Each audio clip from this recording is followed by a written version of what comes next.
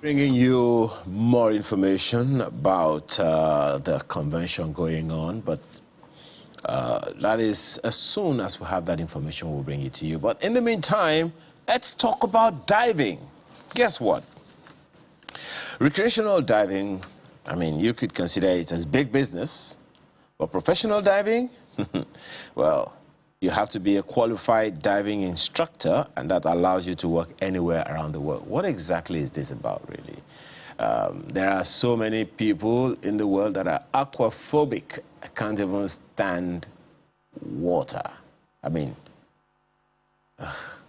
okay, let me not get into that yet. Maybe I'll be convinced by the Chief Inspector of Diving, Mr. Julius Uguala, this morning as he joins us in this conversation. Thanks for joining us today. Well, there are many people that are aquaphobic. Let's begin from there. Many people are afraid of water. So how do you convince anyone to go jump into something that they're afraid of? Let's start from there. Good morning. Thank you, and it's a great opportunity to discuss about diving. Diving is like every other profession, and though the risk is high, but if properly managed, it's also productive, and it can actually serve very important part of our economy.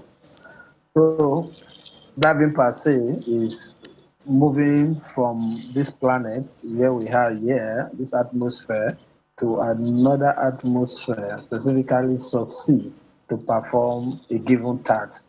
It might be bricklaying, it might be tailoring, it might be Slow down, welding. slow down, slow down, slow down, slow down, slow down, slow down. So I'm going to go where? To another, what did you call it now? Planet? That's what it sounds like to me. Atmosphere. Another atmosphere. Yeah, atmosphere. Underwater. Yeah. So Underwater. there is above sea level, there is space, and then there is underwater space. Is that what you're saying? Yes, yes. For instance, where you are standing presently now is one atmosphere. Anything below that is another atmosphere. If you move 33 feet towards the sky, it's another atmosphere. So every 33 feet is another atmosphere. So if you jump from where you are standing there into water, you've exposed yourself to another atmosphere.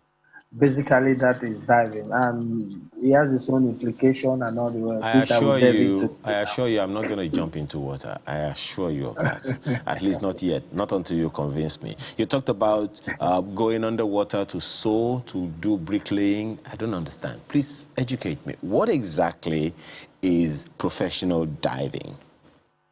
Okay, diving is a procedure, a method of leaving this atmosphere to a given atmosphere. Let me use 30-meter subsea, which I'm using the British language, 30-meter subsea. Okay. You move from this atmosphere to that atmosphere, and a given task is there for you to perform. I will use your borehole in your house, as an illustration so we can understand it. If you drill a borehole in your house, you pipe the borehole all the way to your tank. Then from your tank, you pipe it all the way to your bedroom, your toilet, and use the domestic, use it in your house and all the rest. So in the oil and gas, you drill a well which contains crude and all the rest. You pipe it all the way to the tanker, which is your tank, and we store it there for a period of time. Pump it out to another vessel, which is exportation, and off we go out of the country. So that is how exploration is taking place. So divers are there to look after the pipe that drive the oil from the well to the tank. Some of them have corrosion, you have to weld them. Some of them you have to put valve. Some of them you have to coat them. You have to paint them. Everything about them. Some of them have leakage. You have to stop the leakage. It's like when you call a plumber to come and stop a leakage in your bathroom and all the rest. So as divers, you have a bit of knowledge of every bit of everything that no one can go there and perform underwater. But as a diver, you go there and you perform that task. You So know, that you is you diving make it from the sound layman aspect of it. you make it sound like it's just a tea party. I mean, you just go there, just paint, just do welding. But you began by saying, though it is a high risk trade, but at the same time, it has potential. Let me begin with the risks. What are some of those risks that are there, that you know from experience, that it's been toughest to contend with for people? Okay, ignorance is one of the biggest risks when people are not aware of what they are doing. You know, I normally say it out of ignorance, one can kill himself, right? That means ignorance is demonic.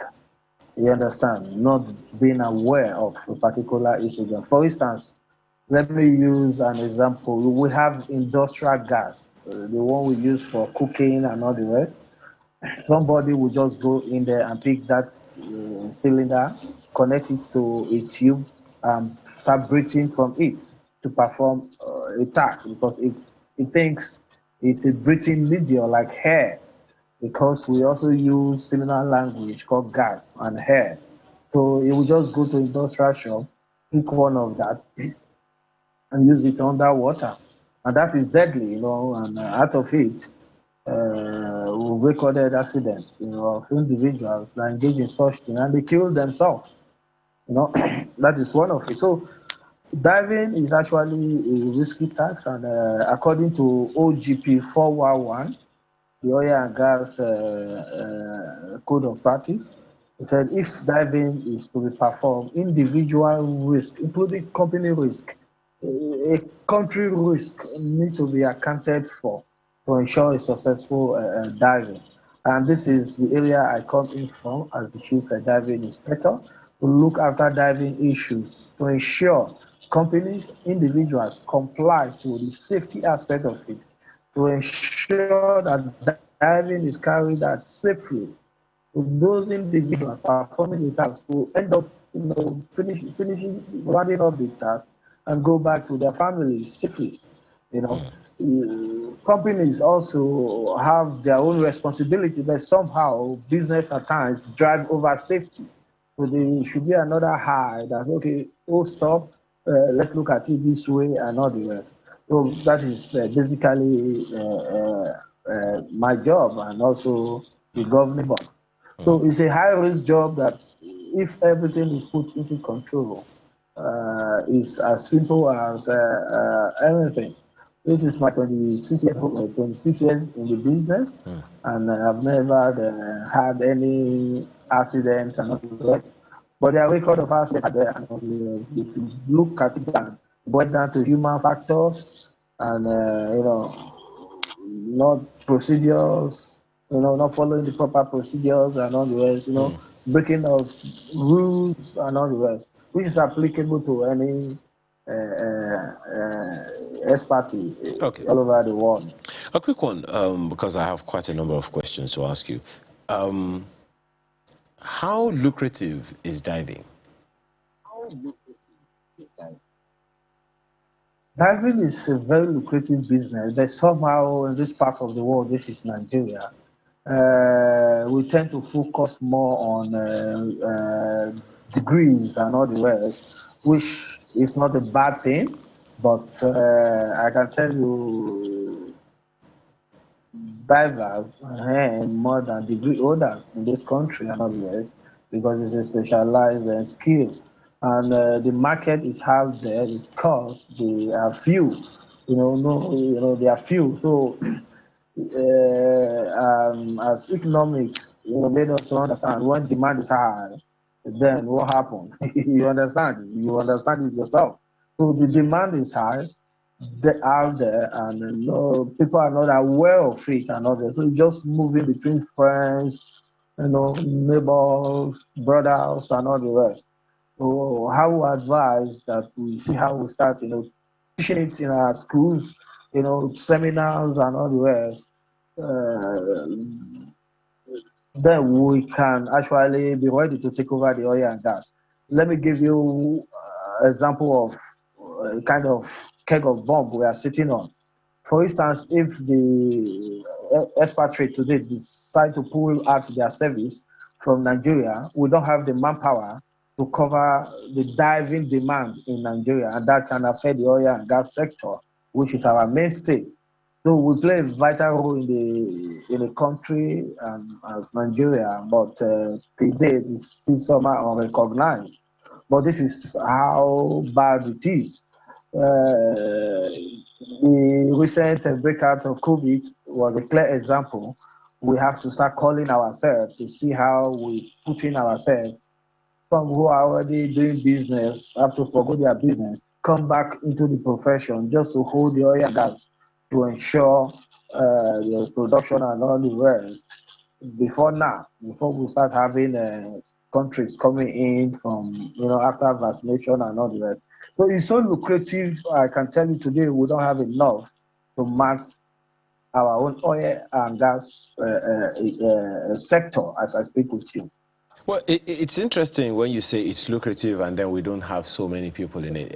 What would you say is the reason for that? I mean, it would seem like we deliberately shortchanged many young people in the rural, in the riverine areas, for instance. Or is there any other basic skill needed other than swimming? That is even the funny thing. We have all it takes to actually get people into this race. For instance, if you go to the south area, the Delta, the Bayelsa rivers and all the rest, all the way to Akwa Ibom, Lagos and all the rest.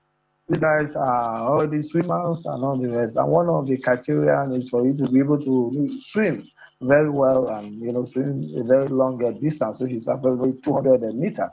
They are qualified naturally, and you only need a secondary school, which is O level, no deep qualification. And that's why you can read and write and solve basic mathematics and all the rest. But somehow, out of ignorance, we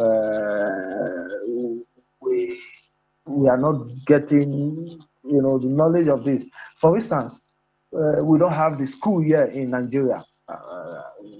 For instance, we only have the PTI presently. Just a we second. have Subweb Oil and Gas Just 1 second. Academy. Perhaps that's a job for the governing board, the diving governing board that you mentioned earlier, but we'll come back to that. I want to quickly give us an update of something that is happening in Abuja. Sheon Kimbaloya, correspondent, is at the PDP convention in Abuja right now. Sheon, how are you? What's the update?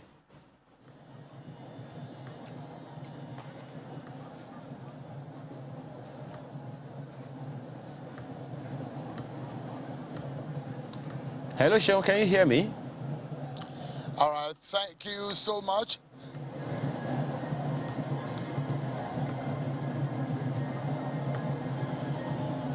I hope, Sheon, if you can hear me, just give us an update of what's happening. To the Eagle Square, the venue of the PDP National Convention 2021.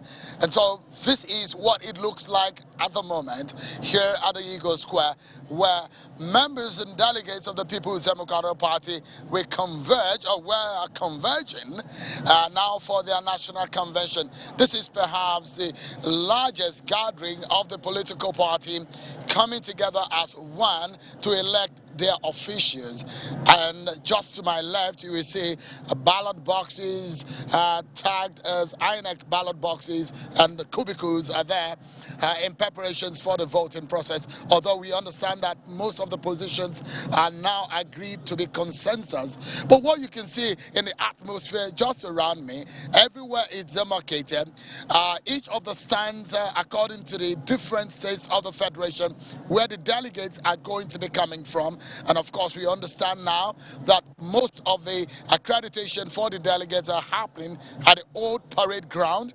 Afterwards, they will march them here after they've been accredited and given their tags. They will be able to be allowed into the arena here.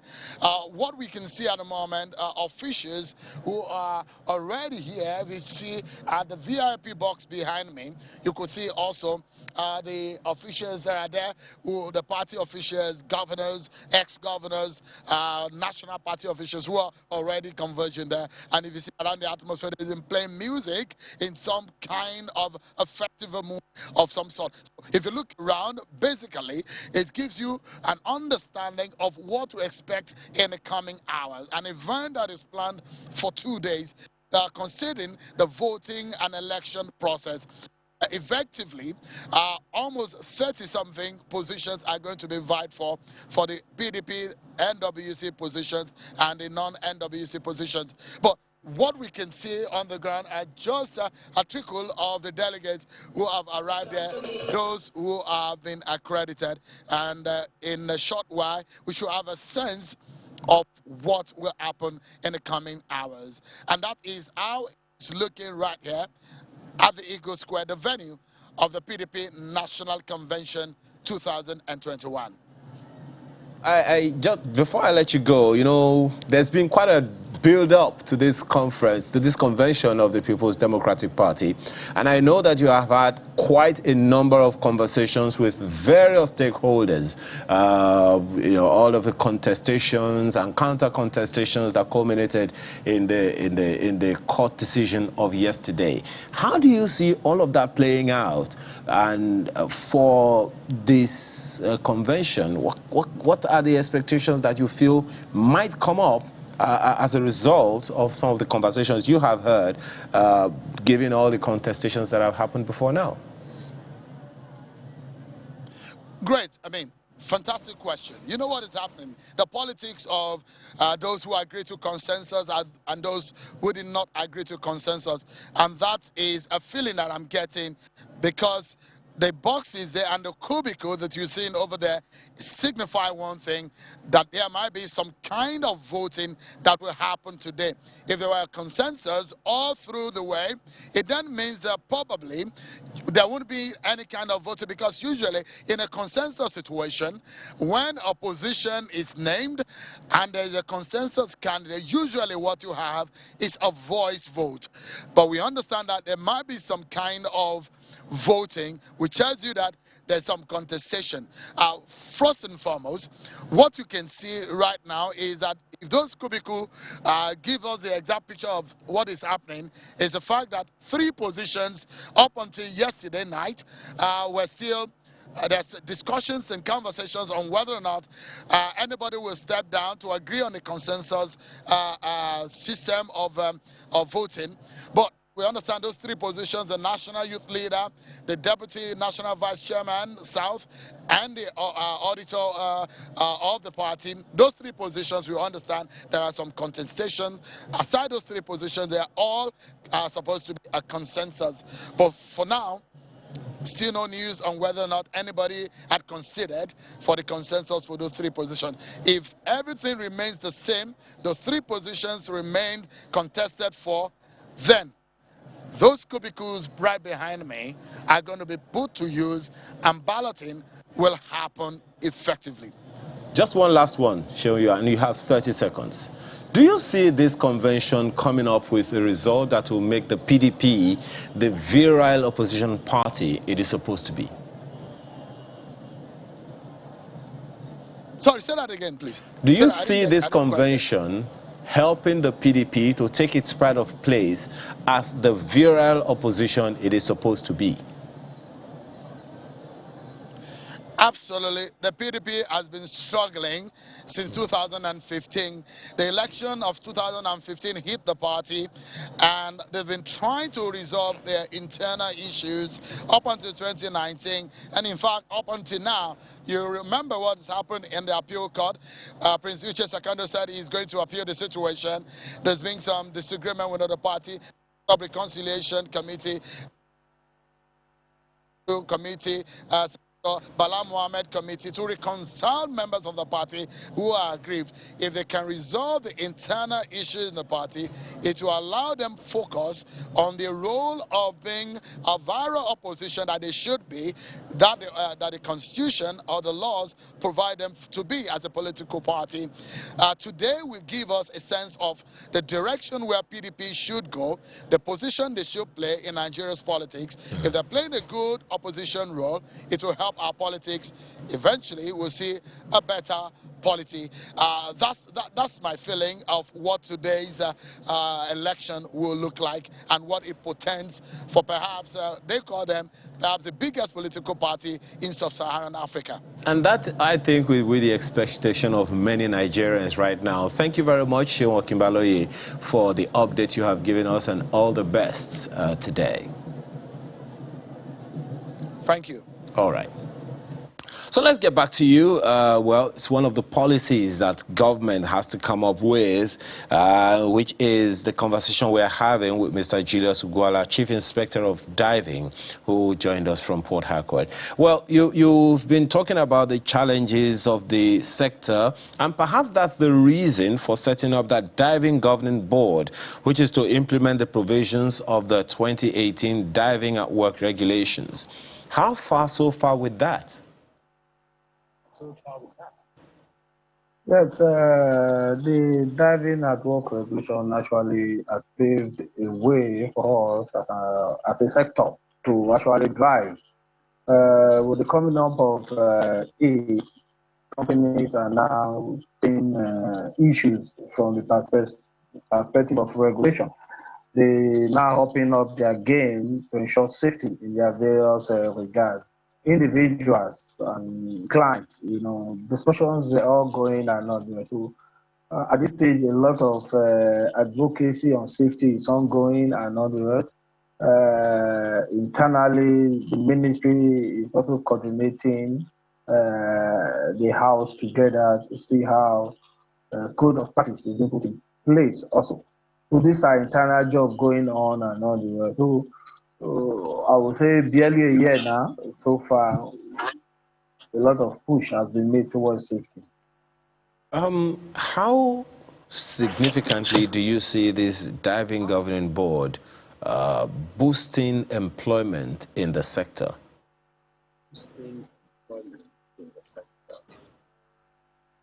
Yes, there are a lot of avenues to boost employment in the sector. For instance, the administrative aspect of it is a very huge one. Where every divers and diving companies and all need to have a database. So from the comfort of the office in Abuja, we can know all the projects and divers and all the rest that is going on. With this form of registration, individuals will register to be able to perform diving job in Nigeria, and companies will also register to be able to operate in Nigeria. This will create some kind of revenue to the ministry. Then individuals will manage all this process to ensure that compliance takes place. At the tail end, it's a big sector that will drive the economy and will definitely reduce unemployment if looked into deeply. Well, I'm going to ask, I don't know how to put this, but let me just ask it the way it's come to my mind. Is it a regulated sector? I ask because, one, as you said, it's principally oil and gas sector. Secondly, it is high risk and consequently highly technical. So one would expect that there is a lot of regulation around it. So getting into it can't just be as easy as getting a driver license. So how regulated is the sector and how easy is it to get in? Yes, it's a highly regulated sector. As mentioned before now, the Nigerian Regulation 2018 was also now in effect, 2018. Before now, the other regulations like the UK, the South Africa, and all the rest, quite really raging on that, using that and all the rest. But high time we start looking at the Nigerian regulation, which we are making clear to all operating in Nigerian territorial water. So embed this regulation into their practice and others. So it's a highly regulated sector. If you want to come into diving, it's as easy as any other. In as far you follow the basic rule, the basic requirements, like being able to swim, being able to do have your whole level of little mathematics and all the rest, physics and all the rest, then you can come in. But while you are in, it's a sector that is regulated and you need to follow all the rules and regulations if you want to dive safely. Failure to do that, then you should expect otherwise, Very, very, very, very touchy issue that you raised there. Is it only in the oil and gas that people operate? I ask that because, of course, I'm in broadcasting and consequently in the media, and I see that you're using, some of the images that we've just shown now of divers, just to tell people the kind of industry we are talking about. They used cameras. And so is it only oil and gas, or is this something that movie makers can also take advantage of? No, it's not really the oil and gas. That is why I said there's a lot to exploit when it comes to the diving sector. We are just discussing the operational aspect of it. The recreational aspect of it is still there. Where, for instance, I look forward to a day where we will do underwater wedding in Nigeria, where, people will wed underwater, as another celebration and all the rest. You slow down again. Slow down, Mr. Ogwala. Come on, man. Come on. Live underwater, wet underwater. What are you talking about? Say that again. I want to hear it better. Yeah, underwater wedding. Yeah, really? Underwater wedding. Where we do. I want to see that even in my generation, that we're able to conduct the first underwater wedding in Nigeria. Where we wed the female with their religion and all the go under with the pastors and their guests and wed there. Really? So that is another recreational aspect of it. When they attend, we'll see them on the live, aquarium and all the seeing all the activities and all. Just imagine yourself being that. You won't want to go to abroad anymore, I don't want to imagine myself there, please. Come. Are you saying there's going to be Owambe underwater again as well? Is that going to be a hall underwater? Yeah, yeah, there's possibility of that. Okay, so speak a little more about the recreational diving, because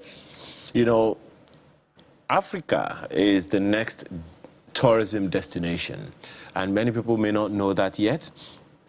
But as an organization, we have a partnership with the World, Tourism body, and we're trying to ensure that we foster that as much as possible. So, in terms of recreational diving, what are the opportunities there? What are the potential there? I know that Bonny Island, for instance, they're trying to do everything they can to shore up their tourism capacity and attract as many people as possible. In terms of recreational diving, what are the opportunities? The opportunity that is so huge. For instance, the closest place I can think of is South Africa. In West Africa, there is nothing at all. Also expanding to North Africa and all the rest. So it's not bad. So we have it to be boost to the economy, to where people will come and do, some recreational kind of diving. For instance, having a diver underwater, with a shark. The shark will be, trying to attack, and you see people watching this live, and all the rest. Divers also doing that demonstration and all the rest. So to be another industry where people will come all over the world to come and see what we are doing here. It's already happening. So it's also a kind of game that is associated to it. Some of them are dead diving and all the rest. People will literally pay for it and they involved in the game. Their trophies and others, when they will win trophy, it's a big other aspect of it again that is on tap. It's on tap. And if we go into it, it will blow the economy. I can Right tell you now, you are putting business ideas in the air, in the that. The heads. worst thing, we have all the resources. Yeah, right now you're putting business ideas in the heads of so many people watching you right now and listening to all of these things that you're saying. But the question then is, how will that be regulated? We already have a regulation that is looking after this.